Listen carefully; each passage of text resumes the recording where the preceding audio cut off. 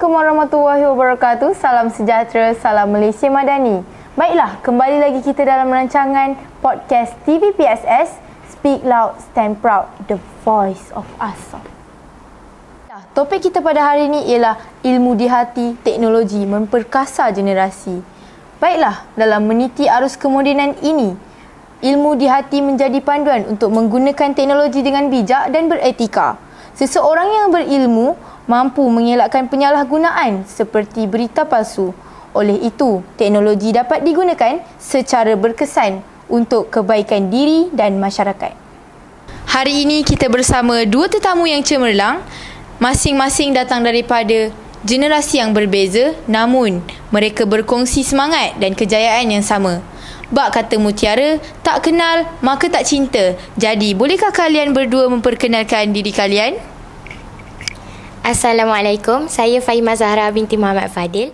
Saya merupakan seorang bekas pelajar SPM pada tahun 1991 dan saya telah memperoleh 10 A+ dalam bidang prinsip perakaunan. Saya Nur Adriana Fakihah binti Muhammad Firdaus, merupakan seorang pelajar cemerlang SPM tahun 2025 yang telah mencapai 11 A+ dalam aliran Dini Tulen.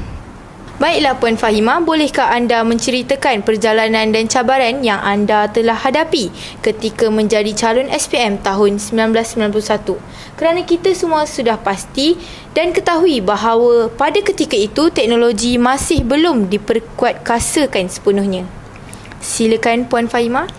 Baiklah, terima kasih.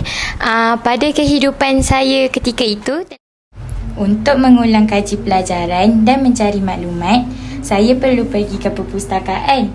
Nak faham sesuatu topik yang susah, perlu belik helaian buku satu persatu. Kadang-kadang saya terpaksa tunggu cikgu esok, baru boleh tanya semula. Semuanya sangatlah mengambil masa. Tapi dunia hari ini dah berubah. Dengan teknologi, maklumat boleh diperolehi di hujung jari. Terima kasih Puan Fahimah atas perkongsian sebentar tadi. Bagaimana pula dengan perjalanan Akak Fakihah?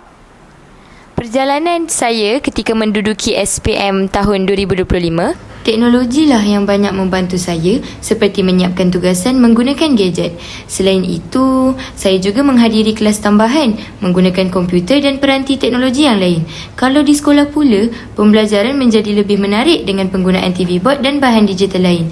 Saya bersyukur sangat dapat belajar dalam zaman moden ni. Teknologi menjadikan mimpi terasa lebih dekat. Terima kasih atas pengalaman yang telah diceritakan sebentar tadi. Sudah terang lagi bersuluh, teknologi pada masa kini telah banyak memudahkan proses pembelajaran pelajar berbanding zaman dahulu yang bergantung sepenuhnya pada bahan bercetak dan usaha sendiri. Walau bagaimanapun, kemudahan ini hendaklah digunakan dengan berhemah dan bertanggungjawab agar dapat dimanfaatkan untuk menambah ilmu pengetahuan serta meningkatkan pencapaian akademik, bukan untuk tujuan yang melalaikan. Tema ilmu di hati teknologi memperkasa generasi menunjukkan bahawa teknologi mampu membantu pelajar menuntut ilmu dengan lebih mudah dan berkesan. Pertama sekali, akses maklumat tanpa had. Pelajar boleh mencari maklumat dengan cepat guna internet, e-book dan video pembelajaran. Pelajar juga boleh belajar bila-bila masa dan di mana sahaja. Selain itu, pembelajaran dalam talian. Kelas boleh dibuat secara virtual menggunakan aplikasi Zoom, Google Meet dan sebagainya sesuai untuk ulang kaji dan kelas tambahan. Dapat menjimatkan masa dan kos perjalanan. Seterusnya, pembelajaran lebih kendiri. Aplikasi boleh disesuaikan mengikut tahap pelajar. Pelajar dapat belajar ikut kadar sendiri. Pelajar juga dapat fokus pada kelemahan masing-masing. Akhir sekali, kemahiran digital pada masa hadapan. Pelajar dapat belajar menggunakan teknologi sejak awal lagi. Pelajar sedia untuk dunia pekerjaan moden dan dapat tingkatkan kreativiti dan inovasi dalam kalangan pelajar. Setinggi-tinggi penghargaan diucapkan kepada murid Sekolah Agama Menengah Rawang yang berjaya menyerlahkan potensi diri selari dengan tema ilmu di hati teknologi memperkasa generasi.